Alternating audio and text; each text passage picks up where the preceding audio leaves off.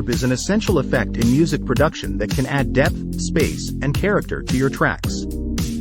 Here are 5 tips to help you use reverb more effectively. Use reverb to create a sense of space.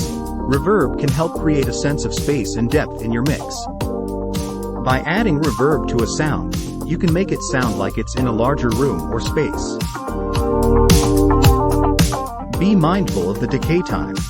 The decay time of a reverb is the length of time it takes for the reverb to fade away. Longer decay times can create a more spacious sound, while shorter decay times can create a tighter sound. Use EQ to shape your reverb. EQ can be used to shape the frequency response of your reverb.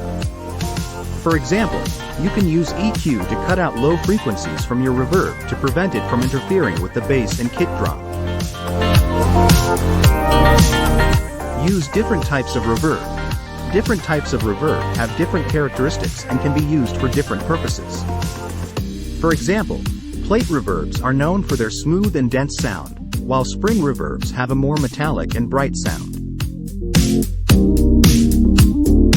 Use automation to create movement.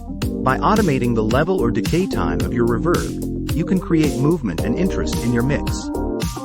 For example, you could automate the decay time of a vocal reverb to make it longer during the chorus. Subscribe for more no-nonsense tips.